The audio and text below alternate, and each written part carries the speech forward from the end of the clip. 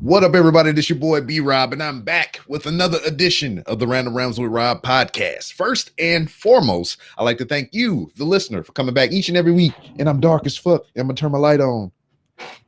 Boom. Or however you listen to podcasts. If you're a first-time listener, I'd like to thank you oh so much for giving my show a try. And if anybody recommended you to me, goddamn, I'm just so excited. I'm full of energy right now. If anybody recommended you to me, go ahead and lean over and give that person a crisp high five if you disregarding your health and well-being and safety due to this pandemic that we're going through right now. But if you still want to take that chance, make sure you sanitize before, sanitize after, and then immediately back away 6 feet and keep your mask on at all times. But there's a safer way to do it. If you want to remain socially conscious, you can pick up your social media app of choice and you can send a well-crafted DM telling them thank you for recommending you to me. Speaking of social media, you can find the Random Rounds with Rob on various social media platforms to include Twitter at 3R Show, Instagram at the 3R Show, because they got some punk son of a bitch that has 3R Show and he hadn't been active since September of fucking 2017. Son of a bitch, and Instagram won't do shit about it. But you can find me on Instagram, Twitch, and wherever else.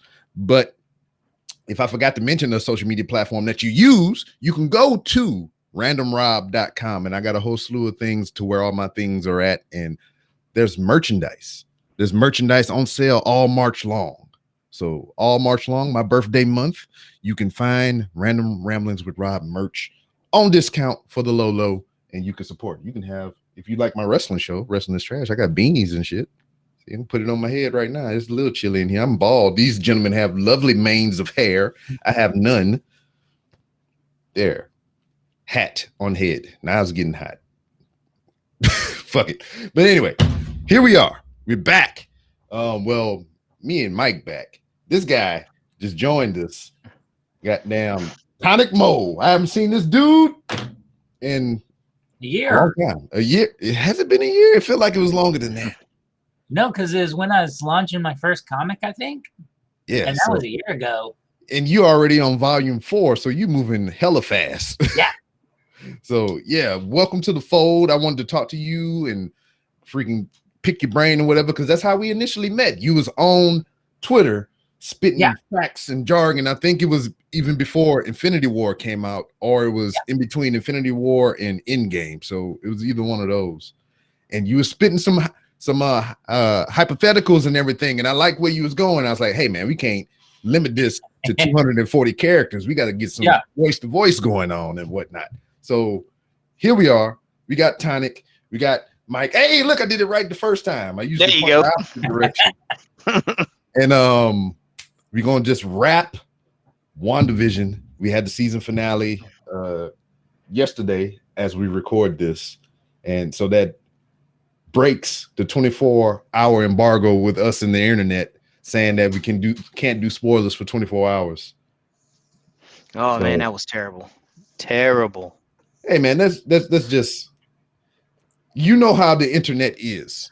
Yes. So if you wanted to keep your sanity or whatever between episode viewings or whatever, it would behoove you to stay away. Stay away. And it's bad for me too, because I do the social media thing with the podcast and everything. So I gotta kind of be on it. But I'm watching the New Japan Cup right now. They're doing a whole tournament all throughout March, ending in at the end of the month. And I'm trying not to look at the results and shit. But as soon as I check my social media, there's like clips and highlights. I'm like, son of a bitch. But here we are. I've seen it. You've seen it. Mm-hmm. He's seen it. Yeah, I got it right. He's seen it. And let's dive into it, because me and Mike was chomping at the bit when we was waiting on my man to get here. But I mean, yeah. First, well, I guess we can throw our thoughts since it's completely over now. What are your overall thoughts on everything that we've seen thus far, all 9 episodes?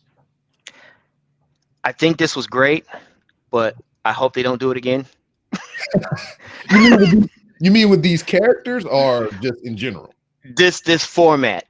Okay. I hope they don't do these. I hope they don't do these stretched out 20-minute episodes over weeks and weeks and weeks, because I get why they did it, because the buzz on social media between these episodes was palpable, but man, it was painful, especially, and I can imagine for people that really don't have any idea about what's going on. You had to know. I mean, if you hadn't watched all of the MCU before, you were lost watching this, and you Yeah. were scratching your head wondering what the hell I was watching. And these little 20-minute blocks of episodes didn't help much until you got almost to the end. Yeah. So yeah, I loved it for being me, being the comic book person that I already am, but I don't recommend they do this again. Thoughts, sir?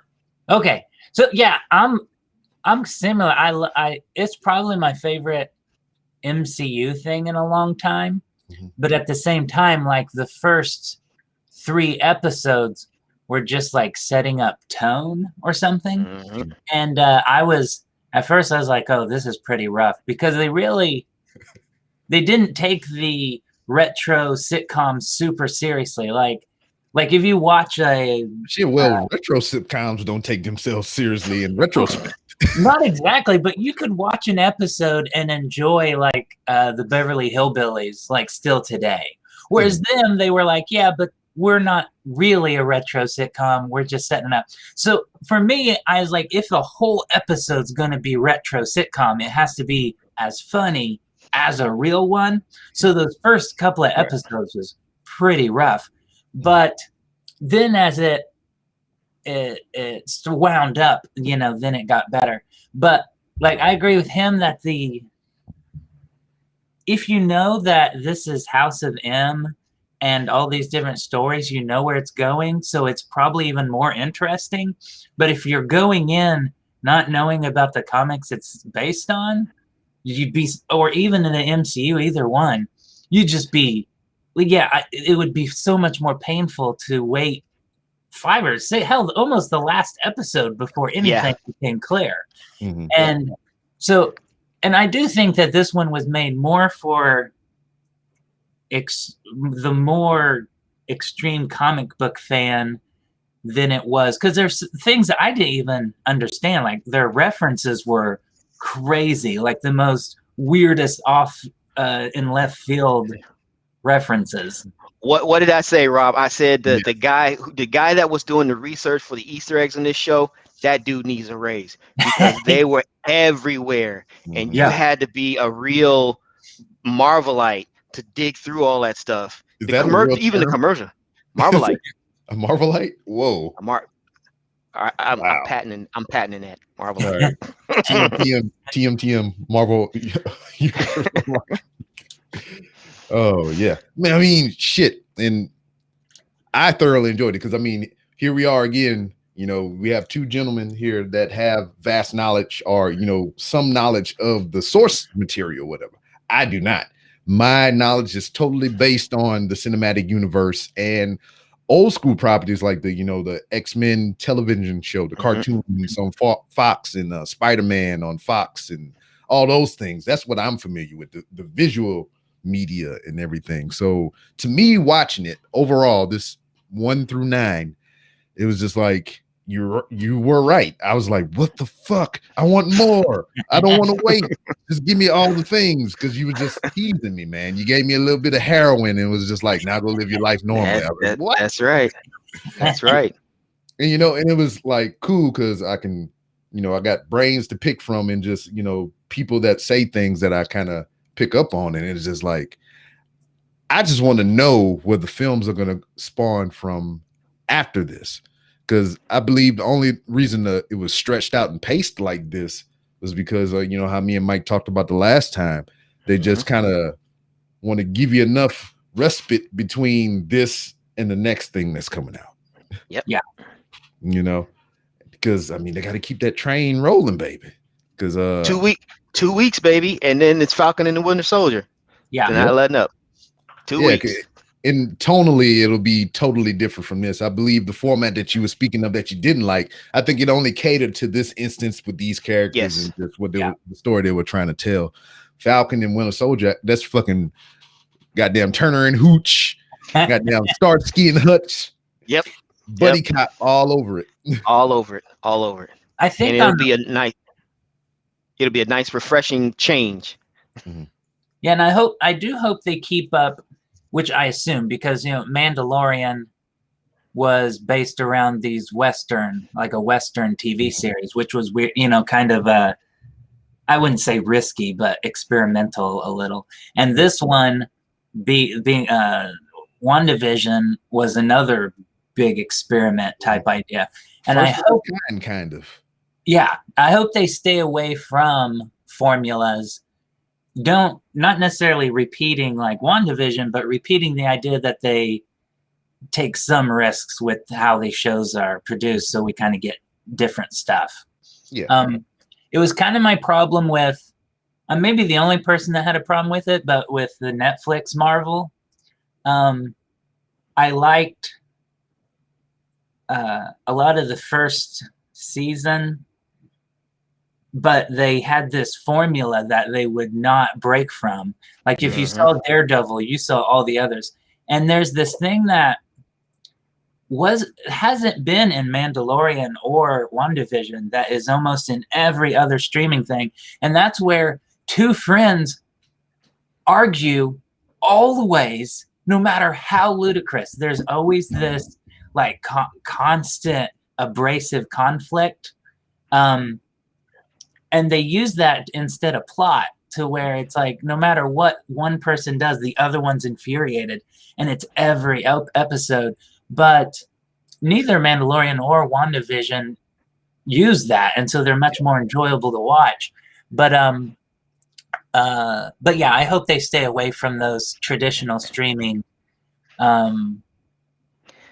crutches. Yeah, and keep just making interesting stuff. Because it was just like you said, all the shows that they had on Netflix, it was like Fortnite to me. I mean, it was the same game, but they were just changing the skins. Changing the skins, exactly. And but what you're seeing now, and I don't think we're going to see that anymore. What you're seeing now, you're seeing Feige's direct input now on a lot of that. Yeah. And it almost felt like to me, because like these Netflix shows were around when Disney was going around buying up shit. And writing was on the wall pretty much too. Where like Netflix was like, well, these shows are canceled. It's like, nah, player. Disney was like, we don't want y'all to make no more of them. And when your contract run out, I want my shit back. Pretty much. Because that was, there was that, and then there was launching Disney Plus. And a lot of us assumed that, like, hey, they're gonna just port these over to Disney Plus or whatever. Then people was like, oh no, man, they got cussing and violence, and then they ain't gonna put that on Disney Plus, man. I was like, well, they bought out Hulu, so I mean, they can just slap some shit on Hulu. Well, now they're gonna have an add-on for Disney Plus, and I think they're gonna use the Touchstone name, so that Disney Plus. Yeah, essentially. So it's a channel that's added because Disney now owns Aliens, Predator, and all these R-rated movies. And they bought Fox. I gotta take my head off. Yes, they do. So Marvel Comics now, Dark Horse published Aliens for a long time. Yeah. And once Disney bought Fox, everybody knew that Disney and Marvel would start taking back their stuff. So now Marvel publishes Aliens comics, and Disney's preparing their Alien and Predators reboot movies. And so now Disney Plus is going to have I think it was going to be called Touchstone, and it'll be all their R-rated content because Disney owns Pulp Fiction. Yes. I mean, and so Disney has never done R-rated movies under Disney. Of course not. That's why you acquire shell companies. Exactly. But they've been the production company technically behind some of the most violent, crazy stuff ever. Oh yeah. Yeah. And now like Deadpool 3 is going to be, so they say, R-rated. They're just going to let the same people do it. And so, they have to find ways to compromise. compromise on these things. And it sounds like they're just going to have like Disney Plus adults only. And it'll be Disney Plus there. After Dark. Yeah, exactly. It's a more sordid affair. Yeah, And I mean, they need it. They need Yeah. it because HBO Max is not holding back. oh, HBO Max is just like, hey, motherfucker, ah. Yeah, they are not holding back. But I So, mean, you know, I almost feel like, I mean, the HBO Max has a wealth of content on there. I got to watch Warrior on there, and there's so many great shows on there. I'm starting to catch back up on the Batman animated series and all the other things that they got on there. But it's just like, I almost feel like, I mean, me and Mike talked about it last time. It all revolves around this motherfucking Snyder cut.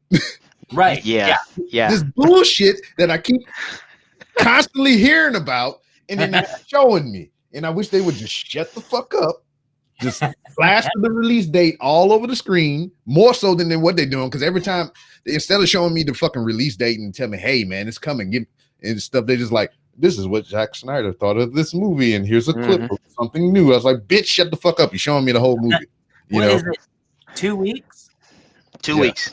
Yeah. March is just like beefy with content. Well, see, and that's Warner Brothers when it comes to HBO Max versus Disney Plus. That's Warner Brothers' biggest problem is they did it without having anything new. So Warner Brothers has tons of content, mainly DC stuff, but then they have Looney Tunes and all that type of stuff. Yeah. But they didn't plan anything new, which is, I mean, they had Disney or DC Universe first, and then they just abandoned it and took the money and ran, but still had no idea. You know, they have the Snyder Cut, but they were like, well, we already did that. Let's release it. And then spent $70 million more. But they still don't have a plan because they're, I went to watch the new Superman show, Superman and Lois. Yeah. And I was like, oh, time to boot up HBO Max. No, it's not on yet. It's on somehow, right? Somehow the CW still got this for free. So you just got to download CW for free, and I was like, man, these guys don't know what they're doing. Nope. And now, and another, at least slight competition is Paramount Plus. Yeah. And you know, you don't think about it, you go, who the hell is Paramount? They're Viacom. They're Viacom, exactly. Everything else that Disney doesn't. Yeah. And they, you know, Star Trek is their Star Trek, the Teenage Mutant Ninja Turtles, and then all the MTV and Cartoon Network, Nickelodeon. And Comedy Central. Man, those guys, they are the most low-key, massive conglomerate ever. Like, whenever people mention Warner Brothers and Disney, they never mention Viacom. I'm like, they own almost everything. Everything else. They own almost everything else. Yeah. And it's weird to think about. I mean, we have all these different streaming services and companies and everything, but there's only like maybe 3 major companies. They just have so many fucking faces or whatever. It's just like record labels. There's only like 3 or 4 big, just giant record labels that they got so many subsidiaries, and you know. Yeah, and that pretty much sums it up with Warner Brothers, Disney, and Viacom. That's pretty much all entertainment on a large scale like that. Everything else is very singular, kind of like you have IDW comic books. They don't really do anything else, and Dark Horse, stuff like that. But when it comes to massive conglomerates, those are the big 3. So ultimately, the irony is that we're going to all go back to having 3 channels to choose from. Yeah, like we have antennas. Well, we don't got to go outside and turn that little pole for the antenna. That's right. Yeah, that's right. No more rabbit ears. We're right back to 3 channels. Which, I mean, ironically enough, or whatever. I mean, those are, you know, going up in popularity for local news and everything like that. People are buying antennas and digital antennas now. Yeah. It's crazy because I almost thought about getting one from my office here. Just put one out right here on the side of the house and just pipe it into the TV just for local shit or whatever. Because I don't need cable. or whatever, because everything I watch is pretty much contained within maybe 3 apps, or Yeah. I have my means of getting what I want and whatnot. But all that cable shit and OWN and Lifetime and all this other bullshit, Mrs. need that. And I was like, well, since you need it, you can pay for it. Yeah. All I take care of is the internet. Now, I ain't selling Paramount Plus or nothing, but they do have your local channel, which I'd never seen before in an app, because they're CBS. It used to be called CBS All Access. Yeah. Well, I logged into the app and it had my local channel, so I can watch like just that channel with the news, because I don't see news because I don't have cable. I just use internet. But yeah, they have it where you can watch your local station or whatever. So I thought that was pretty cool. Yeah. Yeah, and then to kind of touch back around on what we was talking about, you was hitting on the format of this series and everything. I believe, moving forward, like you spoke about the Mandalorian, we talk about WandaVision now. I think they tailor the story, the series, the pacing based on the characters. Falcon and Winter Soldier, that's just going to be a whole nother thing. And it might be new and experimental, but it's only going to cater to those 2 specific characters and whatnot. I almost feel like it's going to be Civil War. No, not that Civil War. Winter Soldier extended cut. Yeah, and it probably is. There were a lot of loose ends that weren't resolved in the Winter Soldier or Civil War. That's probably going to get wrapped up here. Yeah. And I'm assuming it's kind of like where WandaVision was the road to her becoming Scarlet Witch, actually the Scarlet Witch. Which I tell you what, that was probably my most favorite like MCU moment in like years, because I'd actually really started to bottom out to where it was hard to keep interested, especially after the snap and the snap back. I'm like, oh, okay, I don't care what happens next. But that where, that final scene where she's in the weird orb. She's walking around in the kitchen, and then it shows her full Scarlet Witch flipping through the book. Yeah, man, I need that as a screensaver. and that's the thing. For up until now, we had only seen the origin story of Wanda Maximoff. This was the origin story of the Scarlet Witch. Yeah, and I was just about to say that and everything. It's just like me staring at the cinematic universe or whatever. I mean, Wanda Maximoff, it was just Wanda Maximoff. And we knew, I knew that she was the Scarlet Witch, but they never outright said that's who she was. It was always Wanda Maximoff. And it's like, now we have the evolution into a full fleshed out character and whatnot, and maybe the next time we see her, I mean, she already doing a shit or whatever. She'll realize her powers and everything. And then we have a even more fleshed out character. But what I like to ask the both of you, Wanda, Scarlet Witch, whatever you want to call her now, has had in the series, and spoilers, we probably didn't mention it earlier, but she has the power to create life or recreate life, create and recreate life. And she has, massive mind control capabilities and everything like that. And we've seen the scope of her powers growing into what ultimately she wind up being now, which is the Scarlet Witch, which imbues her with even more power beyond what we already saw previous to that, realization. Is Wanda Maximoff, Scarlet Witch, right now as we speak, the strongest character in the cinematic universe? Oh, I'll start. Yes. I mean, she's like Dr. Manhattan level. So DC's most powerful being is Dr. Manhattan. Which was a good series. I watched it. Yeah. And she's easily, she's pretty much on that scale. And in the comics she is also. And so there was a lot of frustration that with Marvel, as much they talked up Captain Marvel and stuff, they treated their other female characters really crappy. Like Scarlet Witch didn't get to be Scarlet Witch and only had like 1/16 of her power. And but she was a Scarlet Witch at that time. She technically wasn't. They redeemed it, but I mean, did we need 4 Thor movies? Well, I mean, we got 4 Thor movies because they had to redeem one, so it's technically yeah. Okay, touche. They had to fix things, but yeah. So now this, it made up for it. It'd be my favorite kind of origin story in the MCU, because usually, like for me, a lot of their origin stories are to get through it, and then the good parts after. Oh, but back to the thing, her being powerful. And I think that I'm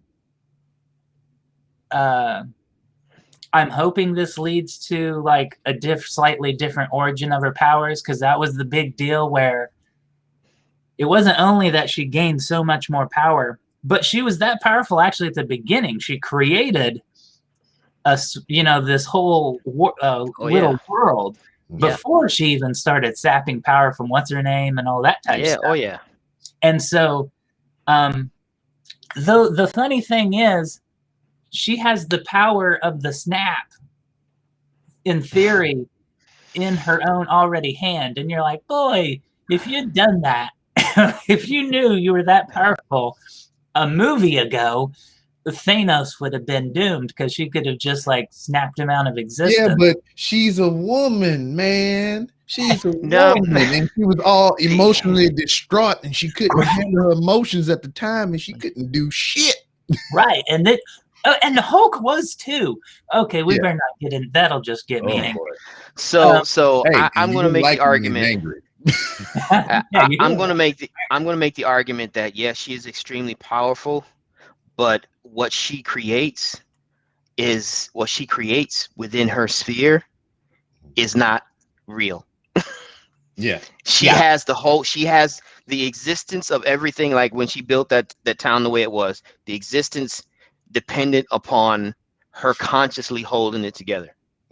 Now she's still extremely powerful. Like I know they mentioned I know Agatha mentioned that she's more powerful than the Sorcerer Supreme, and I have issue with that. The Sorcerer Supreme is not a power level; it is a title. So, you can have variably. I mean, some Sorcerer Supremes were more powerful than others. So that a little hyperbole there. Yeah, and in the comic, I could be wrong about this, but she doesn't change like a small town. She recreates. She does the entire like universe. Like she rewrites history in the same idea that she's angry or sad or something. And in the comics, she recreates all of existence, and nobody knows it.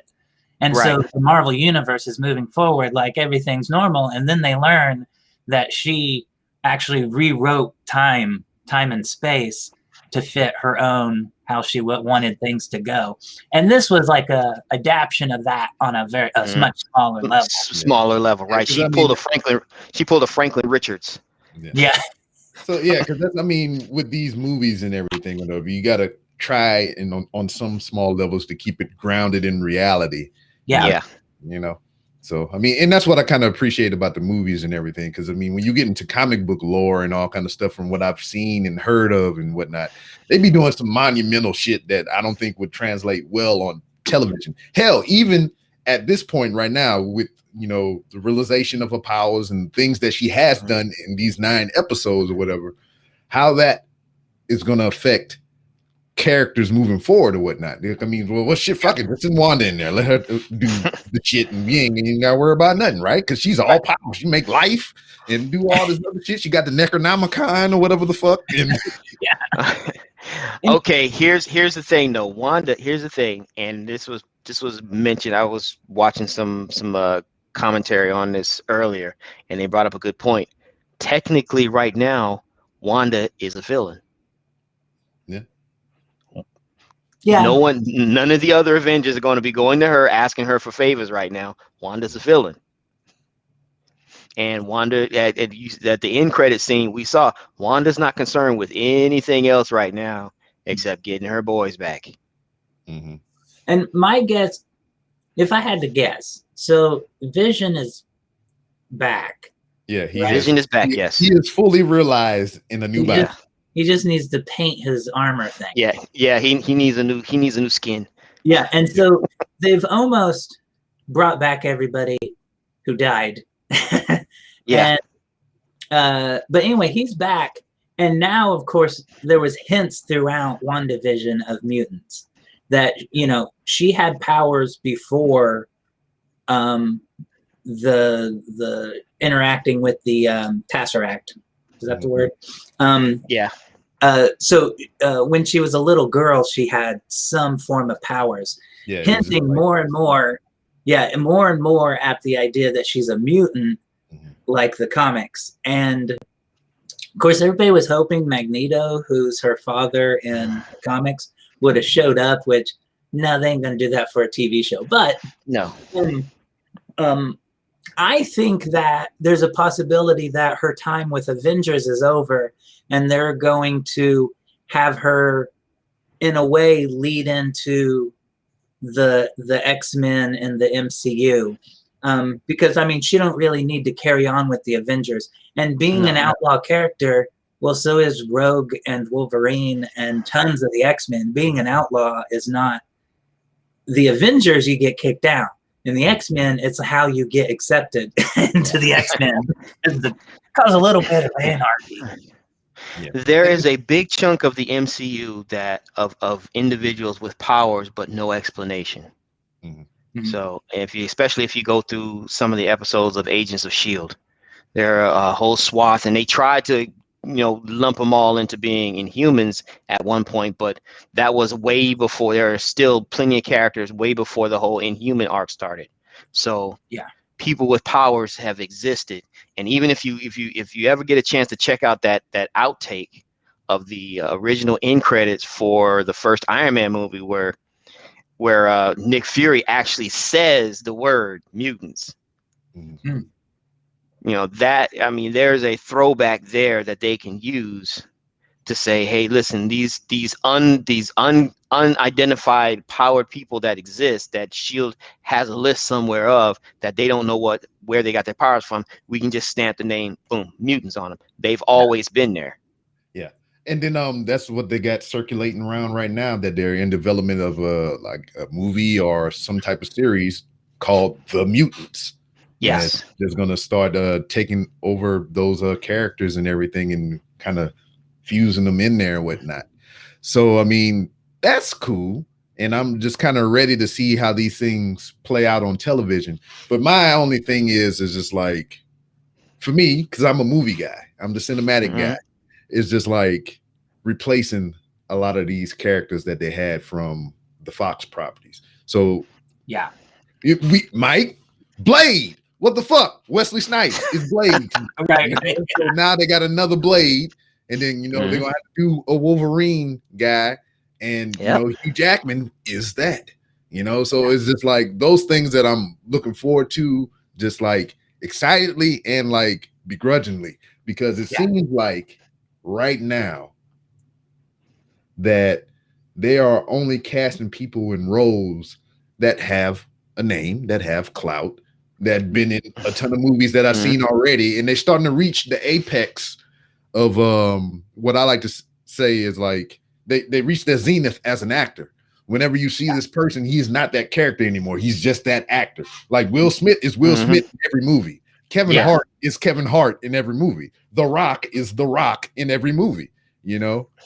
So it's just like we get into that point to where, like, I don't want to see fucking Jason Momoa as this guy. I don't want to see goddamn Tom Hardy as this guy or whatever. These are names people shop around for certain characters or whatnot. It's like, that's fucking stupid.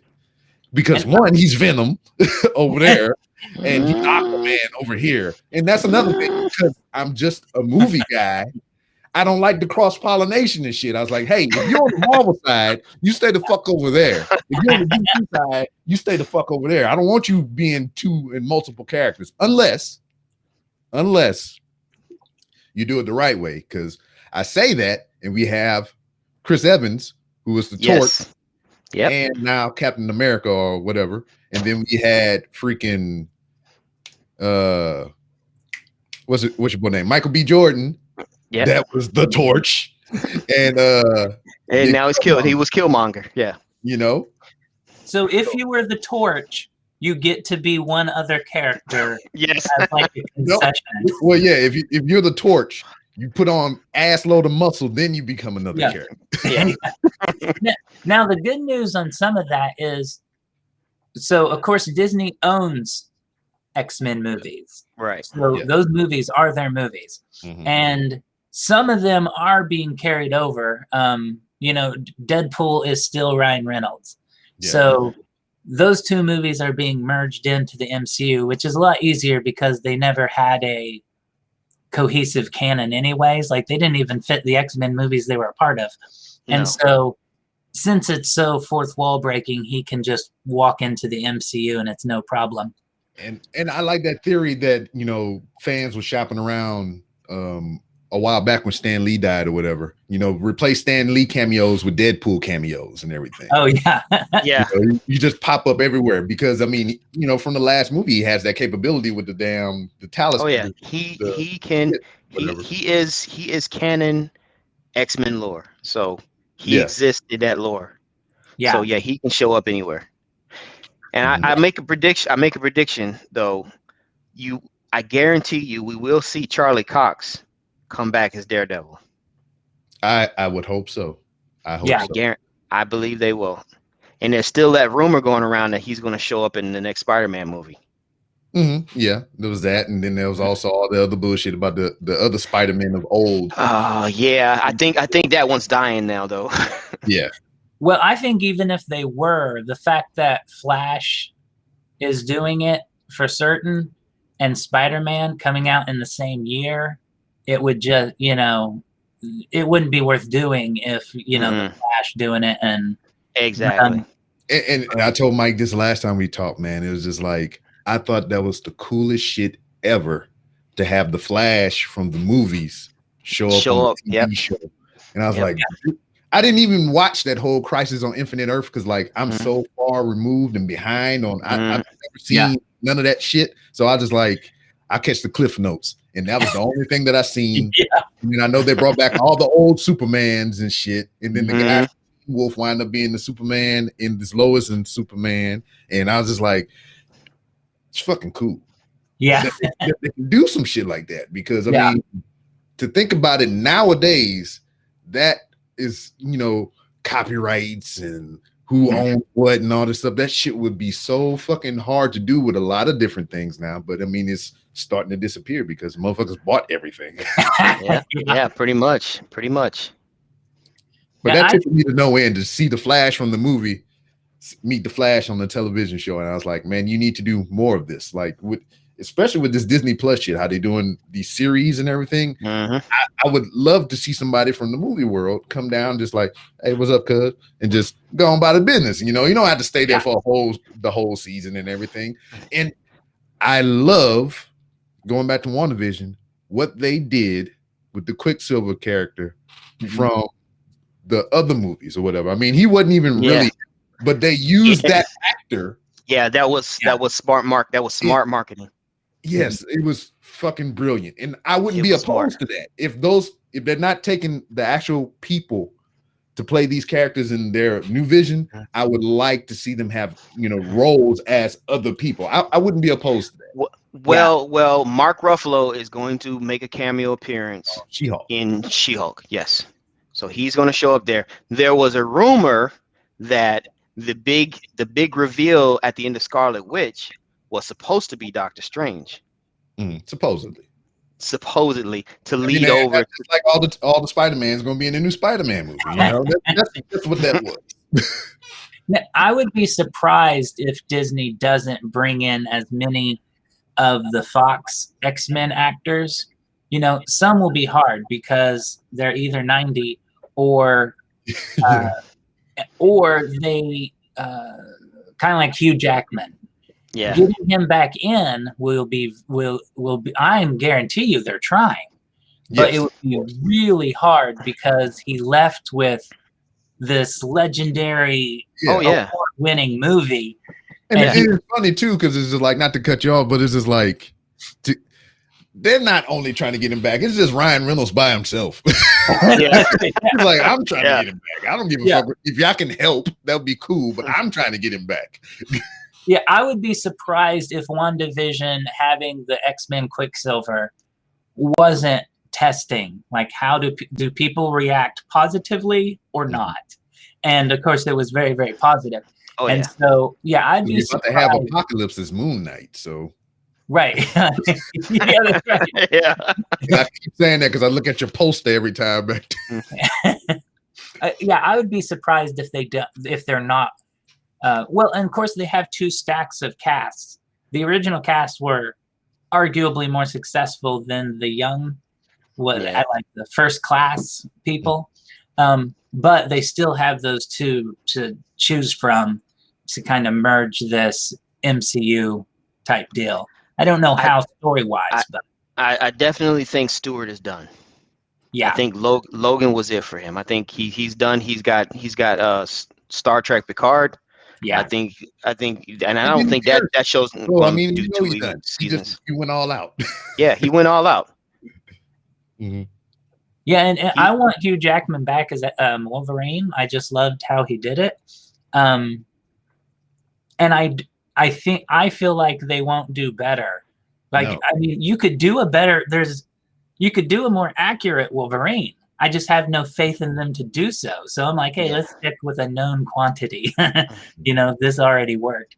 But if I was his agent, I'd say no. You left on Logan. That thing, that was don't try it. You'll regret going any further with it. Yeah. As a fan, I say, go ahead. What if they kind of integrate certain aspects of those Fox movies and he's just there in a flashback? Well, it won't be enough. It won't be enough. Fans will definitely they'll be up in arms. If it's just him showing up in a flashback, they'll be up in arms. Yeah.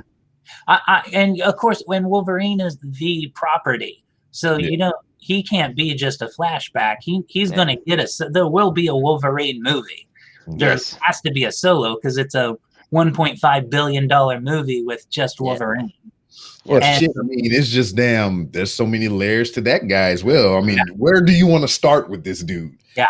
He was a mercenary. Then he had a kid, and the kid always tried to kill him. And then you got the animanium. Then he lost the animanium.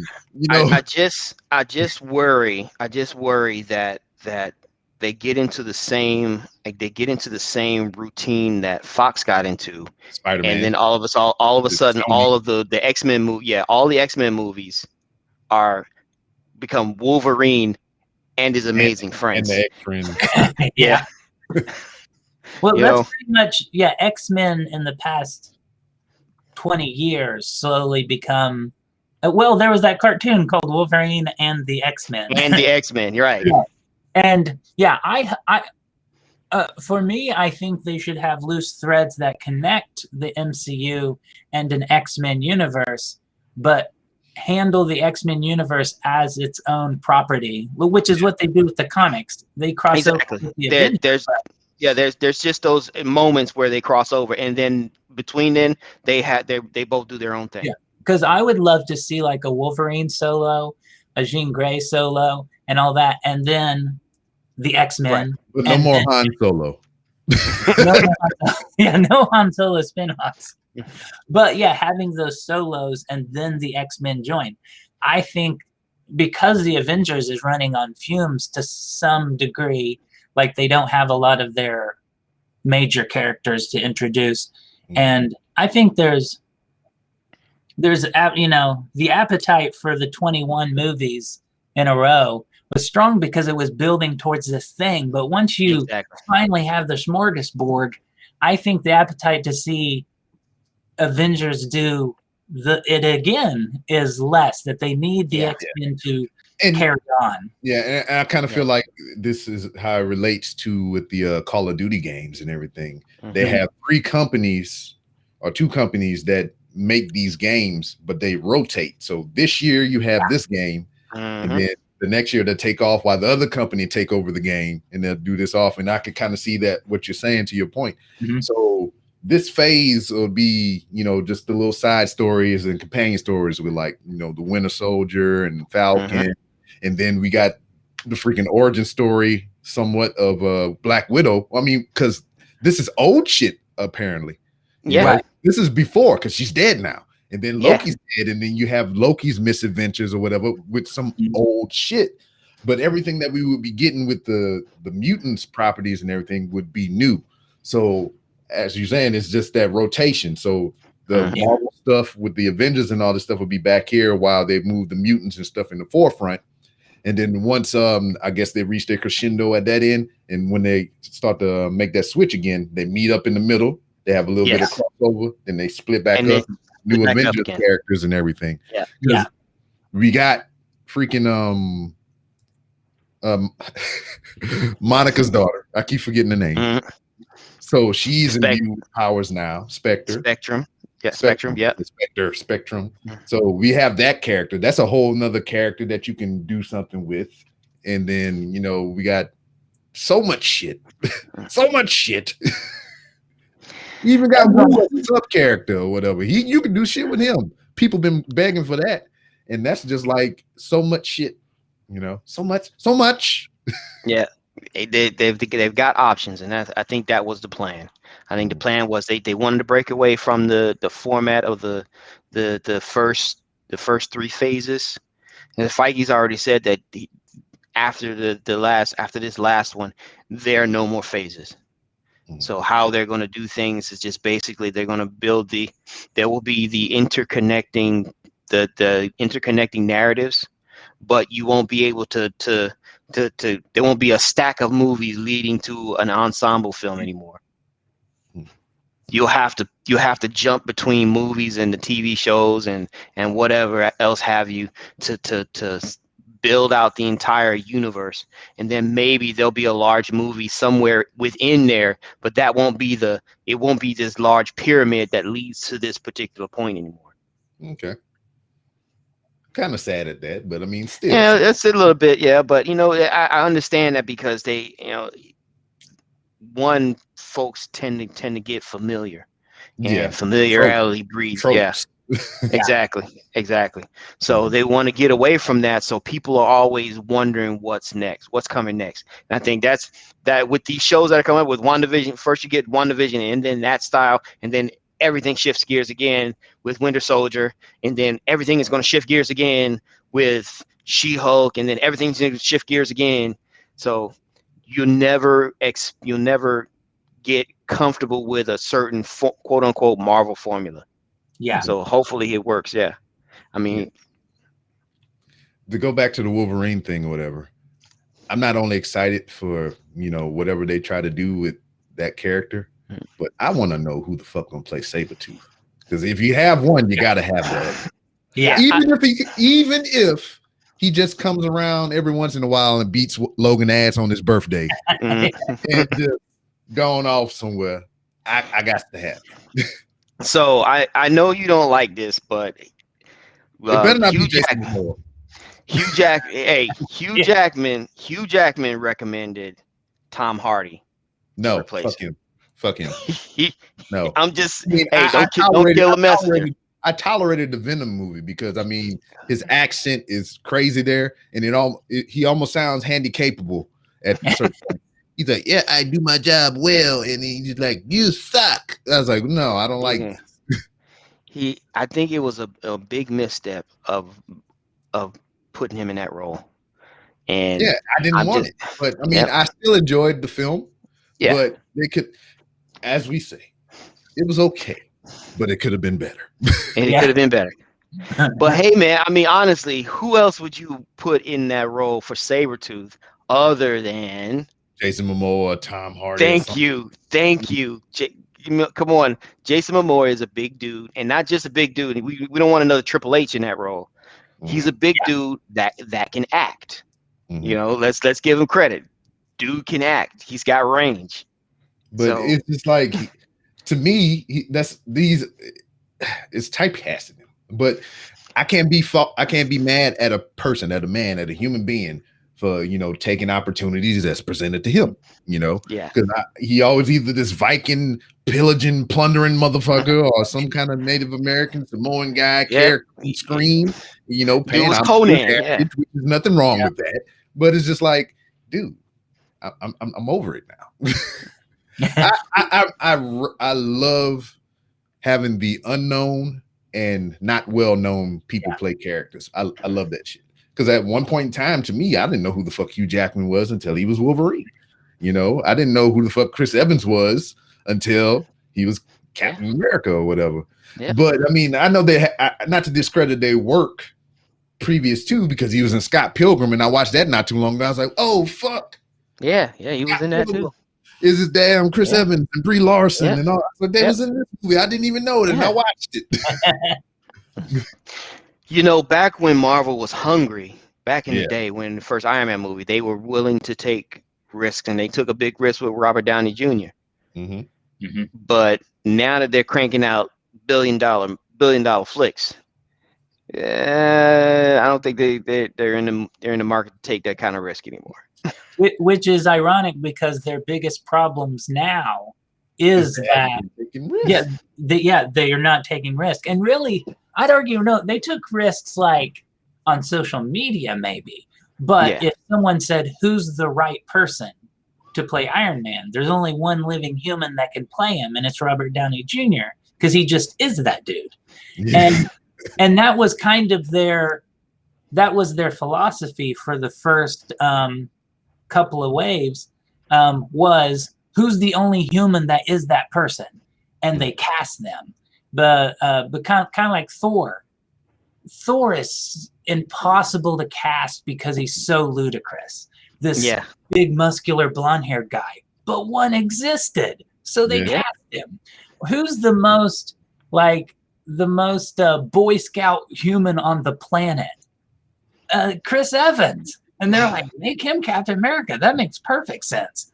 But now then at some point it became like, kind of like, because I've complained about Captain Marvel. I felt they cast that for who knows why. But, you know, in the comic, that's not really Captain Marvel. She's always this kind of intimidating person. Like, just without the suit on, she's intimidating. Right.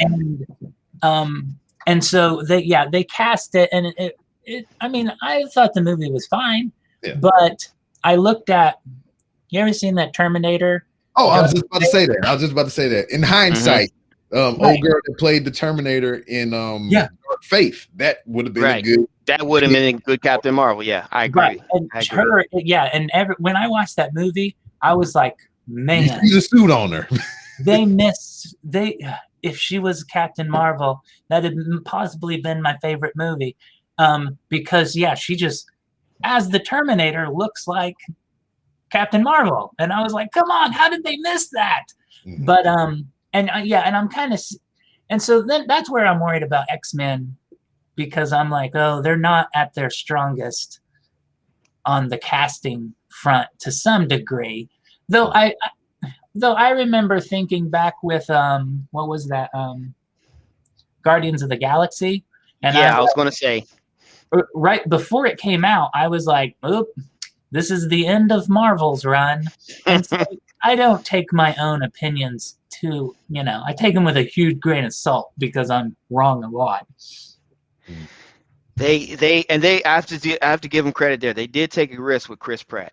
They really did, because if you'd have told me the chubby goofball from freaking Parks and Recreation was going to be a freaking cosmic superhero, I'd have told you you're crazy. That's the serendipity of the thing or whatever. It's just like the director or whoever, the writer, wanted him specifically.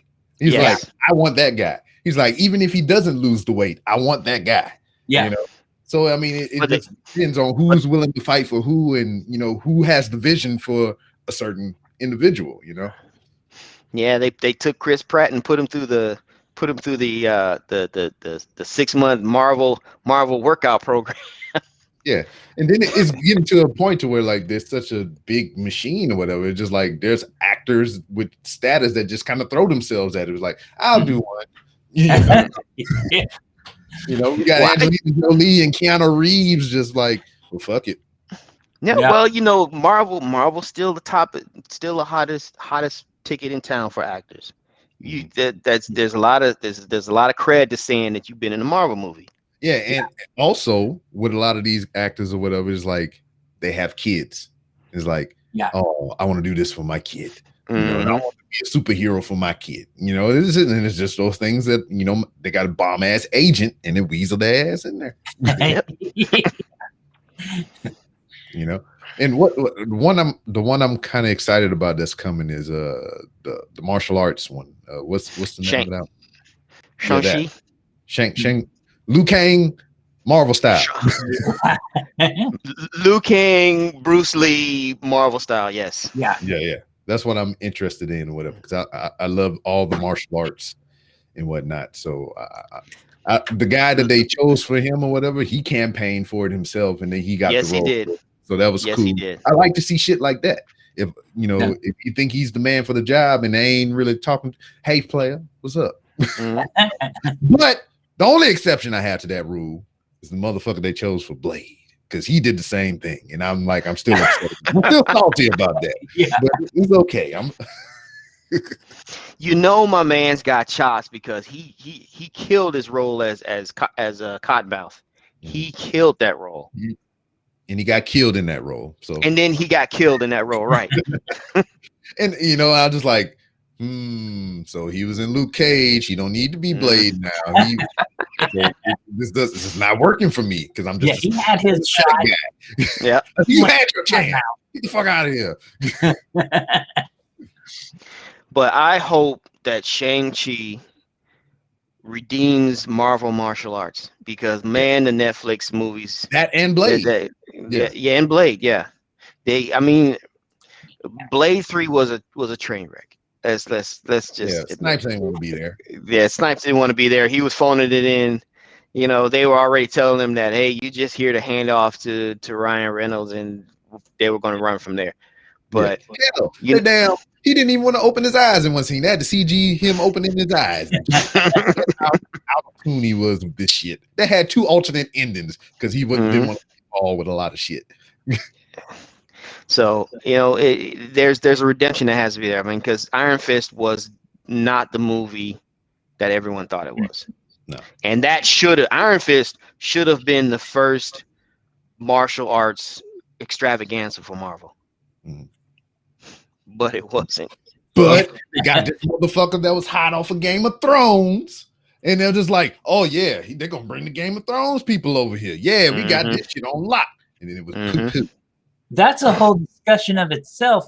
What's the deal with Game of Thrones? So you just look at all the projects that they ran and got someone from Game of Thrones. You had Terminator Genesis, a real big hit there. And then you had the X-Men brought over 2 or 3 people from Game of Thrones in their arguably least successful movies. And this just keeps going. Anytime, hold on. Solo. The only Marvel movie with we established the pattern. No kidding. How is that? And New Mutants? How is it that nobody in Hollywood goes, I don't know, but I think they're toxic? And I guess the only kind of difference, but it's not like Jason Momoa's DC movies. His Aquaman movie, fair enough. It made a lot of money. I like that.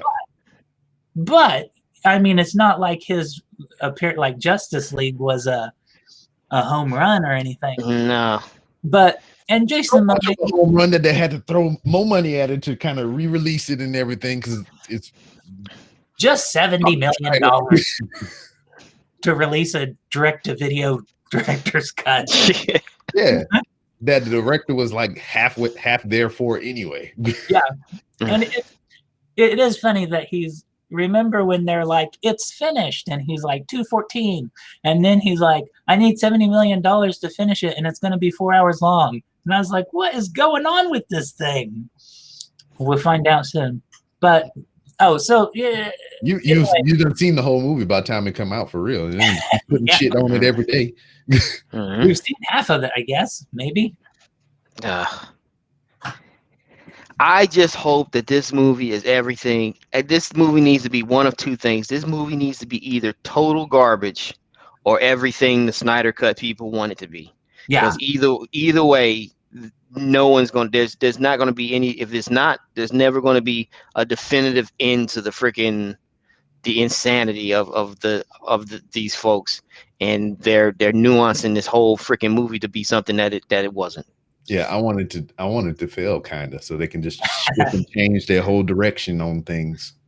Well, with Warner Brothers, like if I was Warner Brothers, just business, right?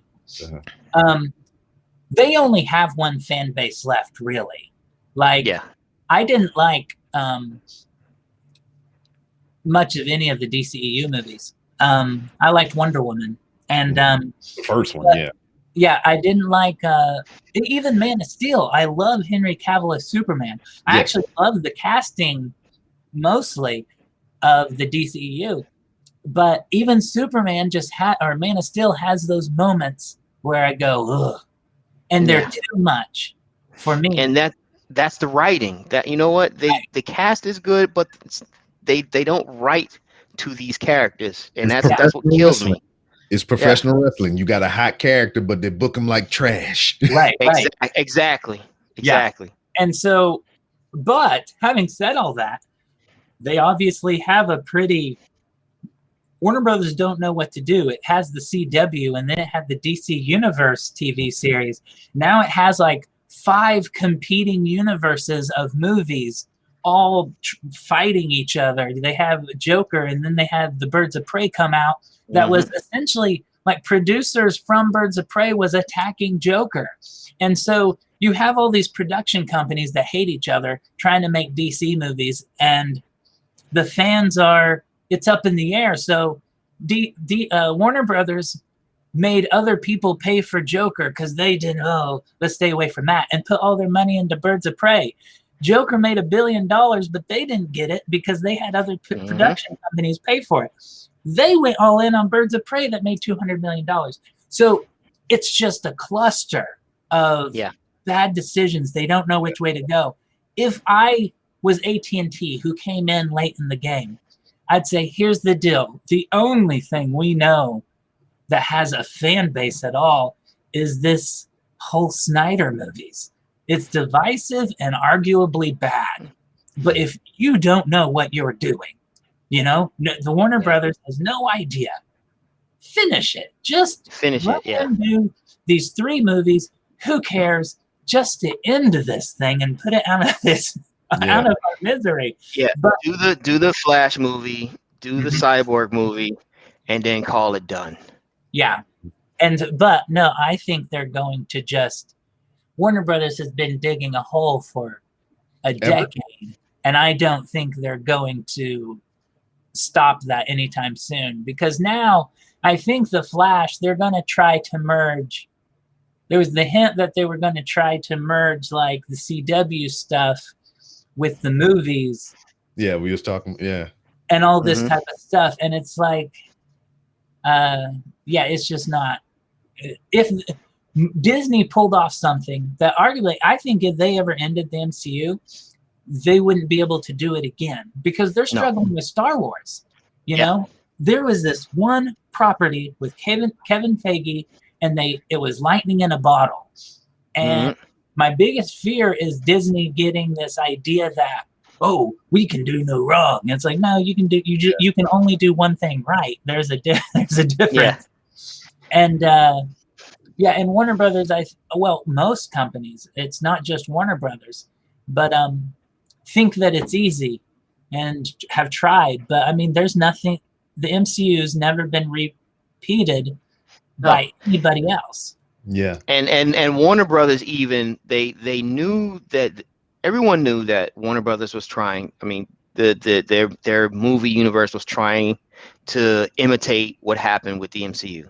Yes. But when they realized they couldn't do it, and the universe, their quote unquote shared universe, started to splinter, they turned around and PR started to say that, oh, we don't want to follow that same formula, so we want to have a multiverse, and that's why all these properties are split up now, because we want to have a multiverse of different universes of the same characters, so that people can have a choice.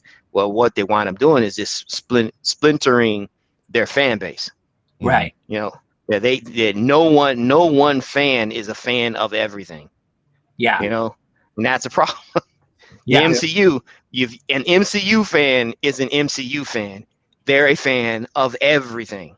Yeah. To an extent. Yeah. They are a fan of everything. If you put an MCU property out, MCU fans will go see it. But if you put out a Batman movie, I see it whenever I can see Flash movie, yeah, exactly, right.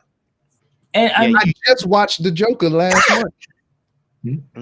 And see, that's kind of shit. That was like, just to watch that. So, so far removed from it, just like a couple weeks ago, I watched it for the first time, and I was just like, it made me sad. Yeah. I just like, wow, this is like, that was a statement movie. It wasn't like, it didn't really have shit to do with the Joker. It was just like, this is society. Yeah. And it just threw the whole little Joker thing in at the end. It was just like, oh, there's Bruce Wayne. Here we are. Bruce Wayne, there's Batman. How society fails its people, and it creates a monster like this. That was the message of that movie. It wasn't about the Joker. It just that movie could have had any title. That movie it could have had any title. It could have been anybody. Yeah. It could have been the story of me. You could have put me in there, and I was like, that's it. That's what it is. That's what's strange about Warner Brothers is their the way they set up their production companies is dramatically different than Disney. Disney doesn't really have production companies. They have Disney. You do what Disney says or you're out. Warner Brothers tries to contract, but they have Legendary. Legendary is not Warner Brothers. It's a completely different company, but they make the Godzilla and King Kong movies. Warner Brothers distributes them and gives them money to make these movies, but it's not the same as like Disney and Marvel, where Disney owns Marvel. There is no Marvel, there's just Disney. Well, Warner Brothers hires, basically outsources everything. But the problem with that is, well, the benefit is you get something like Joker that makes over $1 billion and costs nothing. And it was out of left field, these crazy movies you never thought would exist. But the problem is when you have that little control, you get things like Birds of Prey that somebody should have said, hey, this thing isn't what it should be, isn't the quality of something. What? Hold on. This is horrible. Hold on, I'm gonna clue you in. This is a candidate for Wolverine. Hold on. That's horrible. That is horrible. I thought you get it. I thought you get a kick out of that. Oh, that is terrible. Terrible, Terry. Let's not go that route. I was like, you know what? I saw this. I was just skimming through my usual art sites, and I was skimming through. I saw this. I said, yeah, let me drop that on Rob. No, don't do that ever again. Hey, he is, bottom line, put him in as the Punisher. Yeah, he's excellent Punisher. Yeah, he's excellent. Hell, that even old boy that they did that one Punisher movie, Warzone. I liked him. That was cool. Warzone was good. I thought it was that first one. It was just Punisher with what's his name? It was Punisher with Dolph Lundgren. Then they did Punisher with John Travolta and Thomas Jane. Thomas Jane, yeah. And they had Punisher Warzone with the guy, I forget his name. He had a little stint in Dexter. And then they have that motherfucker. the Thomas, Wolverine. my only problem with Thomas Jane, I think he proved you can't be too pretty. Like all of the guys who are kind of messed up, a little weird, make great Punishers. Like that Warzone, it was much lower budget, but I was like, no, that feels like Punisher. And then of course the Netflix that movie, that it had punishment in it. Yeah, it did. Yeah. It was like he grinded him up in the fucking glass crusher and shit. I was like, and then when we had the Netflix adaptation with that same character or whatever, he's just like a pretty boy with a scarred up face. I was like, oh man, I seen some shit. Whatever, and this is not it. That was my biggest letdown of where he's wearing like the mask, the Jigsaw. He's wearing a mask like he's so horrific.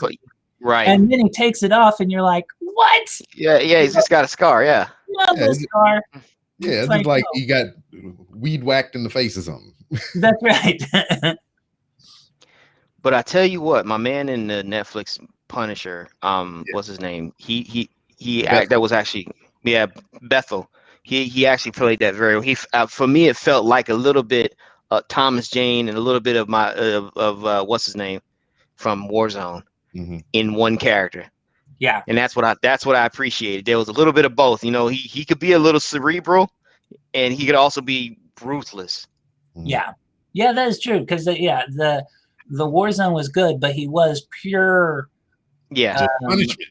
Yeah, he's just the punishment side. There was no soft side to him. Gave me a little of the new Dread. He's like, I am the law. Yeah, exactly. Yeah. But the new guy, he's far more balanced to where you feel there's that. And it's in sometimes things in movies aren't in comics, but we get convinced they are, like Joker, because of the Dark Knight and the Joker movie. Everybody's like, whoa, the character Joker is so subversive. It's like, well, no, only in those movies. He's just a murderous clown in the comics. There's no depth.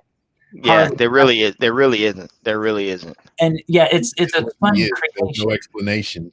Yeah, and now Punisher, normally it is more, I'm just shooting people. But the comics do. There was Frank Miller and stuff like that built this where he's more complex than just a guy who's angry and kills people. And the Netflix series did really good at that balancing to where even the horrible things he does, you go, I mean. There was one monologue that in the comic where Punisher says to himself, people call me a senseless killer, where on the contrary, I'm a very sensible killer. Yeah. And that sums him up. I mean, from the outside, if you look at what the Punisher's doing, you just think this guy's just this savage vigilante. But to pull off the things that he pulls off takes a lot of foreplanning and a lot of thought. Punisher is a very sensible killer. Otherwise, he would have killed a lot of civilians accidentally a long time ago. Yeah. But his when he goes after mobsters, it's the whole syndicate. These are surgical strikes. Yeah. So. It is funny that we have these really high expectations for superhero like comic books, but very low expectations for real world. Like kind of like Batman. I like that in the comics and a lot of that stuff where Batman doesn't kill, but the whole point is he ties one hand behind his back. It'd be easier to kill, but he don't. And a lot of comics have done really good at the idea that Batman is a serial killer at heart. He's a psychopath who, was it Dexter? He's kind of like Dexter. Yeah. He really wants to, but he doesn't. He's holding himself back from being like this psychopath. He's an Ed Lord. But if Batman kills, everybody's like, what? It's like, well, that's exactly how we fight crime in real life. Yeah. That would be a good movie title too. I like to see the premise wrapped around that. Batman kills. Batman kills. And in the comics, that was another. Batman has killed people, and it wasn't like purposefully. I mean, even in the cinematic movies or whatever, if he blow up some shit, do you think somebody might have got blown up in that explosion? Especially in these trilogy movies or whatever. Yeah. Hell, in the fucking Batman versus Superman, he killed hella people or whatever. Right. And Indirectly. Yeah. that was a lot of the controversy was, of course, the Dark Knight trilogy, his whole thing is, I got one rule. I don't kill people. And they built that up. Now in the comics, kind of, but it's not like a rule. It's like, I try my best not to kill people. Not to kill people, yeah. But it's not super strict, you know? Whereas... some motherfuckers done slipped and fell off the rooftop. Right? Yeah, exactly. But and then even that popcorn earlier. even in the Dark Knight, he says, I can't kill you, but I don't. But I don't have to save you. Okay. And so, but with the Batman versus Superman, I did feel the blatant, like the security guards who they're not mobsters, they're security guards. And they have the right to transfer packages for an employer without being murdered by Batman. But having said all that, we do have where superheroes, kill a serial killer and they go, oh, he's a bad guy. It's like, why? That was a serial killer. In real life, you would say it was okay. But if it's in put him to death. That's right. So, it's more of a guideline than a hard rule, I think. Yeah. To kind of loop back to WandaVision and everything that we've got out of this thing through 9 episodes and everything, what we concluded with, what does that open up as far as the realm of possibilities of what to come next? It's just spewing off of WandaVision, because we got the book, which I don't know too much about. Maybe y'all can elaborate a little bit on that. But the Darkhold, the Darkhold is the worst thing in magic. Let's put it this way: it is the most horrifying book ever to exist. Like the Necronomicon, it's worse. One of its. So that's Necronomicon Plus, the new streaming service that's coming out next week. One of its lesser feats was the creation of vampires in the Marvel Universe. That's just one page. What? One page created Dracula and the entire race of vampires in the Marvel Universe. Oh. That's how horrifying that book is. So I can just see that book just winding up in one of the lighter properties of what they develop, or whatever. Just like Guardians of the Galaxy, or whatever. Rocket just get in and you like fucking trip and the book flip open and the vampire spew out or some shit. Some comical shit, Oh fuck. Well, and Mobius. Yeah, Mobius. Marvel. He's a vampire. Yep. Marvel had a series that focused just on the Darkhold, where they were this imp was going around the world just handing out pages to people. And these pages were causing these people looking at these pages were causing catastrophes. Yeah. So I think you just said something that I kind of I thought I heard. You just like, that one page with the vampires and everything. I said they got the Morbius film coming out and everything, and I was like, oh, and I'm kind of iffy about that too. Not to get too far away, but it's just damn. Supposedly, this is like what the last Spider-Man Sony Marvel movie thing. Yeah. Yes. I don't. So then it's supposed to go back over to the dark side, supposedly.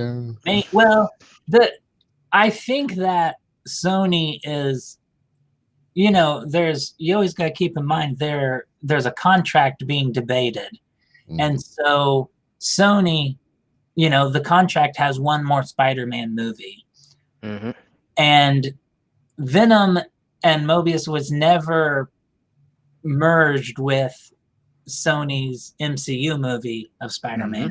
And so they're kind of holding out. They want to merge Venom and all those movies with their Spider-Man movies with the MCU, but there's contracts to be negotiated. So a lot of that rumors is probably threats to Disney. Yeah. Because Disney, that's the last Sony's the last man standing, if I'm correct. Disney Oh yeah, it is. rights, except for Spider-Man. Except Spider-Man. Maybe solo Hulk movies. That might still be. Yeah. Yes. But I heard I heard they were trying to get that back. Yeah. I heard that they might be getting that back. Yeah, that's why he's only making a cameo in She-Hulk. Exactly. That's why he's only making a cameo in She-Hulk. Yeah. Yeah. And so, what were we talking about? Yeah, exactly. Yeah. What the things that we're getting from WandaVerse? You know, WandaVision. Talking about the book. I said WandaVerse. Right. WandaVision. It is her universe, so it is WandaVerse. Right, it's WandaVerse, and yeah, I think that with WandaVision moving on, clearly they're wanting to rebuild and move back to kind of, because they destroyed everything within game and brought it back, but there was several Avengers dead that clearly had to be resurrected, and cracks and everything in this. Yeah, and get all the Avengers lined back up, because you can't just keep going without a default setting. Kind of like The Simpsons. Every episode ends and then the next one starts exactly where they all start. They kind of need that reset, and I think that clearly this and Doctor Strange are designed to be able to say psych and everything go back to somewhat normal. And yeah, they have built-in fail safes pretty much. Exactly. Yeah, Loki's going to be a built-in fail safe. That too, yeah. So I mean, we're going in this direction, and if something kind of drops off, it's like, well, we got this contingency plan that'll kind of pull that back up and get us going back in the right direction. Because I mean, they did that with Infinity War and Endgame. It's just like they're splitting dimensions now. It's like we have time travel to an extent here, or whatever, and then now there's multiple scenarios or whatever when they talked about the timeline and how it splinters off and fractures and everything. So it's just multi. We have options. Yes. And that's the important thing. We have options. And I think these shows are going to, for instance, now that Wanda is the Scarlet Witch with, that is my biggest, the thing I liked the most was the suit. Her actually as the Scarlet Witch, because everybody, a lot of times they said, well, they didn't do it because how do you make that look cool? And then in this, I was like, holy hell, that's maybe one of my favorite MCU adaptions of a costume. Like they did a really good job. And, they toned a little bit down, but it was pretty much full on the suit. I was very impressed. Yes. I even like how it was almost a manifestation of a power as well. Right. The energy forming the crown and everything. Even if they would have kept it like that, I would have been like, all right, this is how she looks when she powers up and shit. Right. Yeah, and it was cool. Like, it reminded me of Hellboy. Hellboy, yeah, exactly. Go back. But yeah, I think that these shows might be, you can't make a movie about every little shift in the MCU. And so like this, suddenly we have Scarlet Witch as Scarlet Witch. Moving on. Then they have, I'm guessing that the Winter Soldier and Falcon will be about one of them, likely Falcon, becoming Captain America. Captain America, yes. But I assume that they're then going to bend it back to the return of Steve Rogers. Eventually. You think he's coming back? Because I honestly, I don't think he's coming back. I would. Time away might change your mind. That's right. I'd be surprised if they don't. I mean, the comics constantly tried to introduce. It's kind of like Bruce Wayne. They've tried to replace him and always come back. And even in the comics, they had him like he died and then he came back later and all of a sudden everything's fine. I would be surprised if they don't lead us down the Falcon as Captain Marvel for a while, more likely in TV shows. And then the next Captain America movie be like the return of Steve Rogers or something.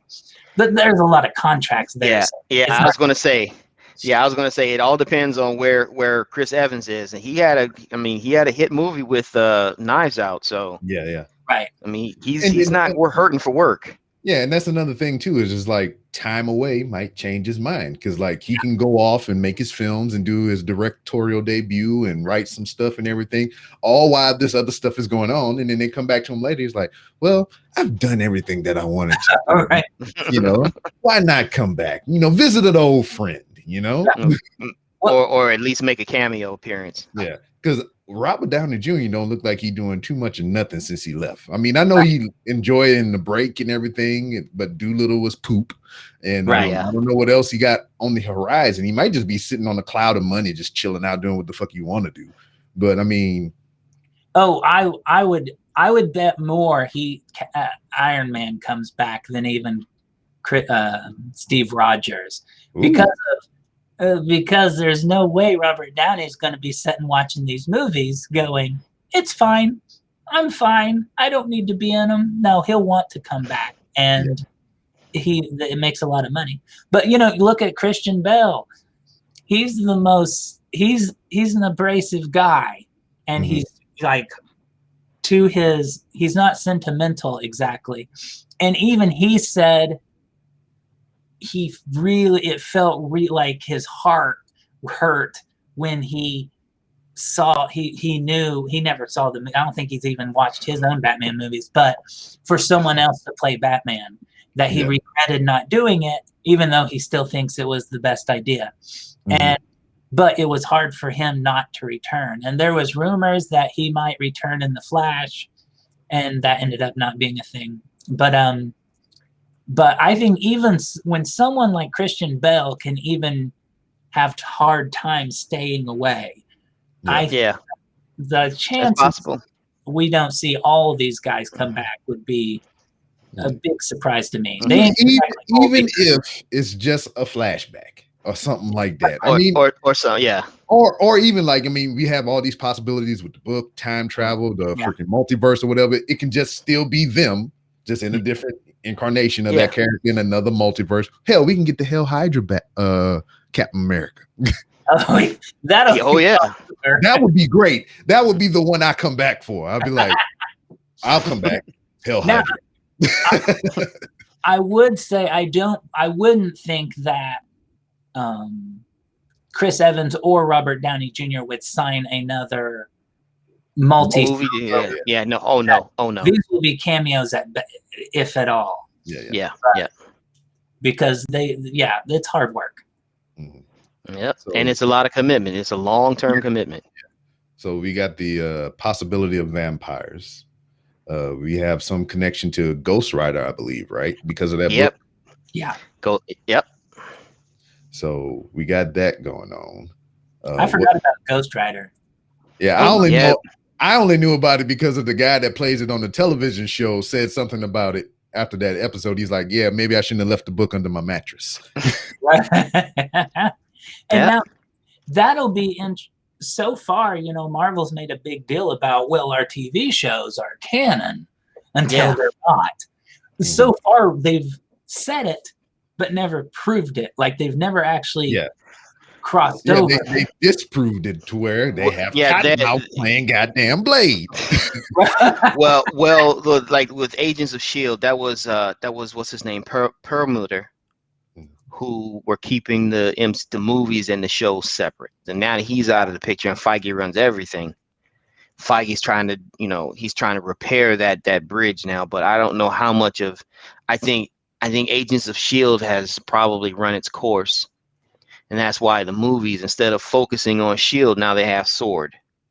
So we may see some the occasional S.H.I.E.L.D. throwback, but as an organization, I don't think we're going to see S.H.I.E.L.D. again. Yeah. Yep. Because S.H.I.E.L.D. was corrupted by Hydra or whatever, right? Yes. Yeah. And there was some redemption when in Age of Ultron, where they got the helicarrier, and that was a direct tie-in. That was one of the last direct tie-ins to Agents of S.H.I.E.L.D. Yeah. Mm-hmm. So after that, they really went their own separate ways. Word. Yeah, right. I'd be surprised if that Ghost Rider ever would appear. Like, I'm guessing a reboot. Oh yeah, most definitely. I want Nicolas Cage involved. I don't want him to be Ghost Rider. I just want him to be No. one of those characters just there in the movie. Hell, The let him be the man on the horse. Fuck it. Yeah. That's what I said. It's just like Blade or whatever. Let Wesley be involved in it. I don't care if in some way. kind of way. Behind the scenes, in front of the camera, I don't care. I want him to be involved in it because he put so much life into that character, and I enjoy it so much. I never expected him to be Blade. Like, there's no rational belief that he would be recast as Blade. But when he wasn't, it felt like it was totally possible. Like, I was like, how do you not get Wesley Snipes back? Why would I think that's even on the table? But right. And when Expendables 3 came out, I was like, oh, he's here. Please. But I told Mike last time we talked about the whole thing. We got into it about Blade and everything. I was like, I want Wesley Snipes to either be a Whistler-like character to the new Blade, or I want him to be the villain. Yeah. He would be perfect for either one of those. And we got all this stuff coming in. Maybe we get Luke Cage back at some point or whatever. I want that. Didn't they have like a comic book series with all the black characters or whatever? So they had Luke Cage, Blade, Black Panther, and everything. I want something like that. Yeah. Just because. Speaking of Black Panther. Oh yeah. No one wants to accept this, but let's be honest. After this next movie, they're going to recast it. They're going to recast the role. I heard they might even be doing it now with this movie. So say. I know Ryan Coogler says they're going to shift gears and start looking at the world of Wakanda. So. Wouldn't be. So is it going to be recast as like, hey, the king is dead, this is a new Black Panther, or is it just I'm stepping in as the original guy? Therein lies the rub. I don't think, honestly, I can't see them doing a trilogy without the main character. Yeah. And at this point now, knowing that what we knew about him or whatever, he succumbed to cancer and shit, I would be okay with them replacing him. Not making a separate Black Panther, but like have somebody step in his role as him, as the character. I would be okay with that because shit, they did it with Rhodey, but they switched out Rhodey for a lot less. Yeah, and that shit was funny. It's like, yeah, that's me. I'm here. Yeah. And like in the comics, the scientist girl.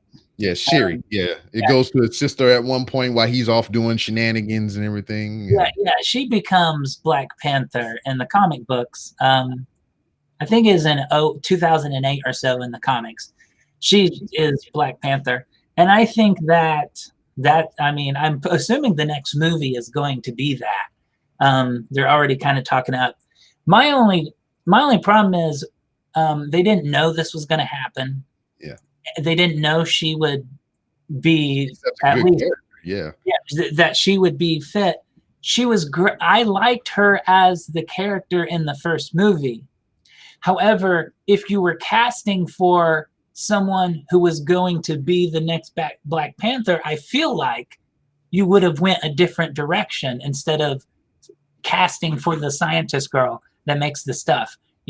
Like you would do someone. Yeah, because in the comics she's not the science girl. Yeah, right. In the comics she's not the science girl. So that's that's why it was easier for her to slide into that role in the comics than it would be for her in the movies. Yeah, in the comics she's intimidating. She's Whereas this will be that's a hard turn.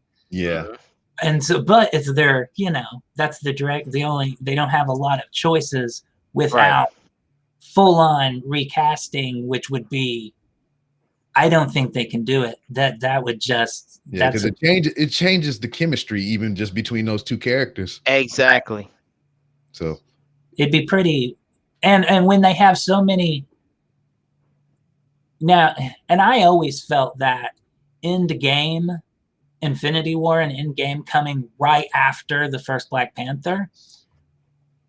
There was so much buildup of Black Panther and, what this means to people. And then they're like, anyways, he just died. Oh yeah, that was a swerve like a motherfucker. I was like, Yeah. And then Oh yeah. because like when all the shit was happening, I was like, oh, he good. I thought it was gonna be his homegirl, ball girl, or whatever. Oh, I was right. like, oh, she gonna, and he disappeared. I was like, well, he's coming back, obviously. I was like, because that minute it as well for me for he coming back. He got another movie coming out. Right. But no. The character come back in Endgame, but that's the end of it. Yeah, but I mean, and that's crazy too. Just think of the timelines were shifted back at anyway. What if we got the pandemic earlier and whatnot? The snap would have been almost the death of him in real life. Right. Right. Crazy, Right. Yeah, that could have been a little too on the nose. Shit. And so I don't know. Yeah, I wouldn't see a trilogy. I mean, if Black Panther 2 does huge as the first one did, obviously they'll make 12 of them until they stop making money. But boy, it's going to be a hard sell, I think, as a lot of the momentum that fed into it. Because it wasn't just semi-successful. It was very successful. Right, the most. And so getting that much momentum, which I mean, they don't need that much. If it makes $800 million, it's still a success. Yeah. Because I mean, that's what solos are supposed to. That's what they're supposed to make. Like if it was Thor, that'd be a home run. Yeah. So what do you feel if you think they, instead of making the movie, they chopped it down into a series for Disney Plus? I would actually prefer that. Yeah, I would have actually preferred that. I'd almost prefer that for almost everything at this point. The 2-hour format for MCU at this point, I mean, it only makes sense for Avengers. I want them to continue movies, but I only want to pay $10 and go to a theater to see like the whole team together, this huge big deal. But if it's focusing on one character, I lean towards the intimacy of like 9 to 10 episodes. And now that we can have the movie level production qualities right in the shows, it justifies that even more. Yeah, we got a 6-hour movie. Right. So there's really no need. A fucking 4+ hour one film with this other bullshit. Snyder Cut. Well, it feels like Black Panther has to be a series. Like you can't have a 2-hour movie that starts off trying to explain where Black Panther went, sets up a new person to become Black Panther, and then tell some new story on top of that. It feels like they need 9 episodes to transfer the power to if they even go that route, or they even just simply pull the movie. I'm gonna tell you something. I'll tell you this. What will be telling is how the story plots. If they say, well, Black Panther died, then we'll know where the movie is going. Then we're going to say, okay, yeah, we're acknowledging that character, the Black Panther himself, isn't coming back. If they say nothing and just the movie starts out with the adventures of stuff that goes on in Wakanda, then that leaves them open to recast that role in the 3rd movie. So boom, the king is back, blah blah blah. He was gone for a little while, and new cast member. That's so you're gonna have to watch and see what they do in this next movie. If I was putting money on it, I bet, because they're talking about exploring more of Wakanda, and so that makes me think that they're not going to kill the character and just have him continue. They said they wouldn't CG him. However, when he's just the king, you'd have to CG him because it's him. When he's Black Panther, he can be anybody. Exactly. Yeah, true. I'm going to guess we see Black Panther in the background and little cameos. He just never speaks, but they then explore Wakanda more. And that's right. Let him continue on as if everything's fine. Right. And that's a good idea. That's probably what they're going to do. Yeah, that's pretty smart. I never even thought about it that way because I mean, shit, he wear a helmet. You know, Right. Yeah, he can be masked up. He can be masked up in these little cameos. He can just show up, masked up, do his little thing, and then boom, he's off screen again. Yeah. And the focus being Wakanda itself. And then in the third movie, we shift the focus back from Wakanda to the new person playing the Black Panther. Mhm. Yeah. Yeah, they should just make a Wakanda series. There you go. Series for everything. Yeah. I wouldn't be against it. Yeah, that'd be cool. Yeah. Mm-hmm. Well, I mean, shit. I mean, I can do this all day, but unfortunately, I have some things I need to go do and whatnot. But gentlemen, it's been a pleasure. I love doing this shit because you enlighten me on a whole bunch of things, and I, throw things at me that I never thought of before and whatnot. I mean, we didn't get too much into WandaVision this time around, but I mean, that's how fast. Oh, we did. We got into it. That's how fast this medium of entertainment is and whatnot. And I'm thoroughly enjoying the ride that I'm being taken on and whatnot. So we got vampires possibly from this damn book. Yep. Ghost Rider. I heard there's some tie to Namor, maybe.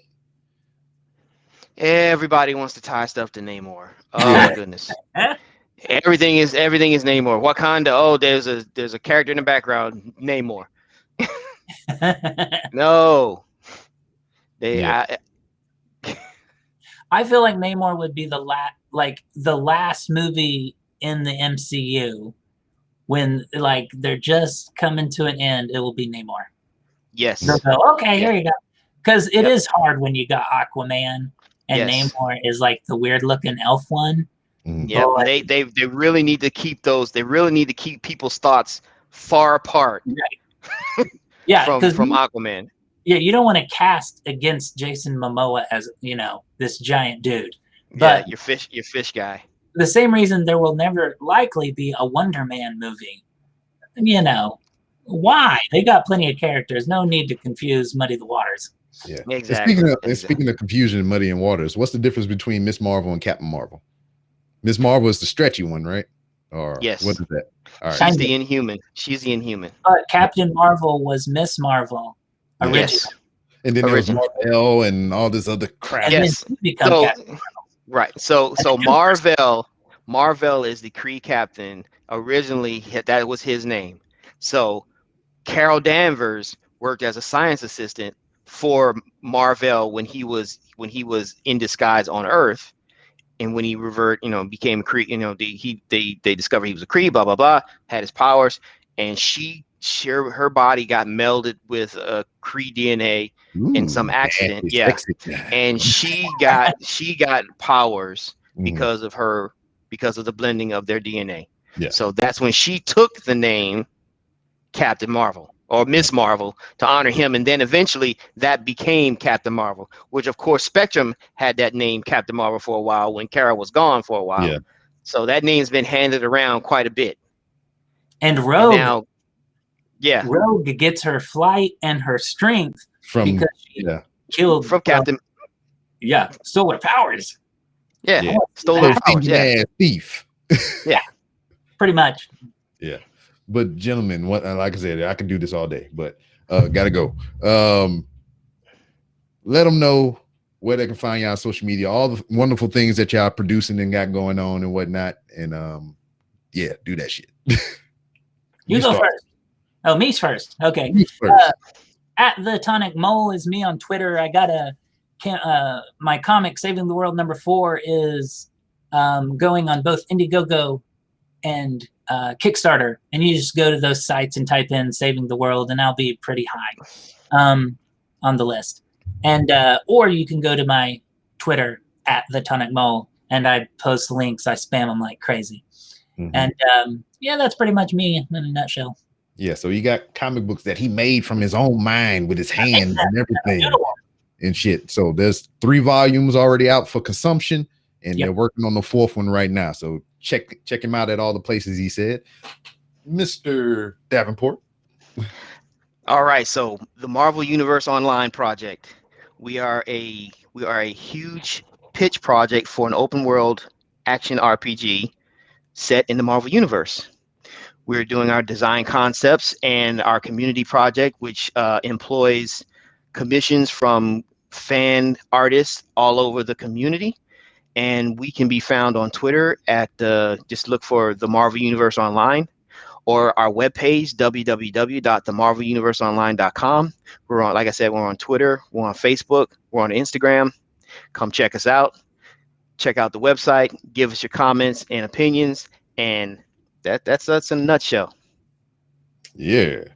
So, as has been for every guest of the Random Rounds with Rob, the door is always open for you to come back to promote your next big thing, or just to come shoot the shit like we've been doing for 2 hours now. And I probably go for like 3 more hours, but maybe we'll have a theme next time and won't go all over the map. But but yeah, see you next time, motherfuckers. All right, take it easy, brother.